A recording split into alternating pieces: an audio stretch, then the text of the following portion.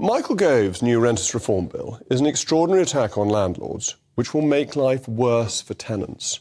Unfortunately, it's continued a set of policies that have made it harder for landlords. This includes increasing environmental rules and the inability to offset interest against rental income. The only type of business where you cannot offset the full cost of interest against the income from the business.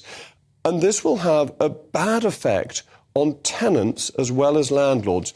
When Margaret Thatcher opened up the market in the 1980s, it grew prodigiously. What had happened before is that increasing regulation had meant people left the private rental market. Why? Because they couldn't get their properties back, because the rights of property had been undermined. What this did was meant that people who wanted to rent found there was no property available, or if there was any property available, it was at high prices. And that's why the worst element of this bill is actually getting rid of Section 21, the ability to remove people without any wrongdoing, because that's the fundamental heart of a property right. It is my property, and I am therefore entitled to have it back with a reasonable period of notice. I think you're obliged to give a month or two's notice to get your property back. And this ensures that there is a regular supply. Now, I am personally a landlord, so I do have an interest in this, though not in an important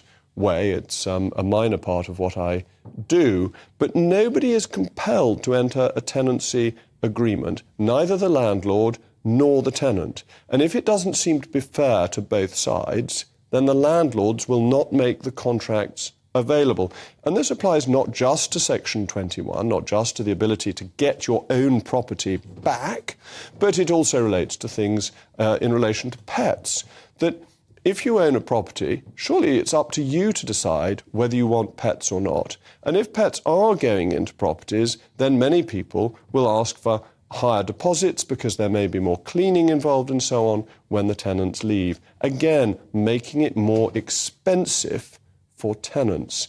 And it fails to meet the real problem, which is that we haven't been building enough houses in the first place.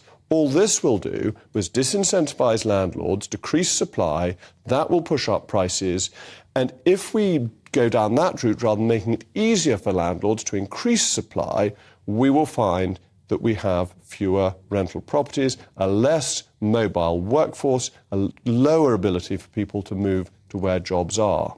The Labour Party, on the other hand, has actually gone in the other direction to look at the real problem. And I must confess, I'm impressed by what they're talking about, to say that there may be parts of the Green Belt that can be built on, that some parts of the Green Belt are not areas of outstanding natural beauty. They are ex-industrial sites that, because they're in the Green Belt, are protected. Not all Green Belt land is beautiful. And to say that some of it can be built on, if that is what local authorities want to do, is what will, in reality, ease the housing problem by building more houses.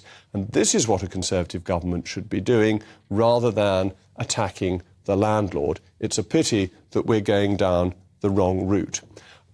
As always, I want to hear what you think, and you know how to do that, because you're better at technology than I am. It's mailmog@gbnews.uk.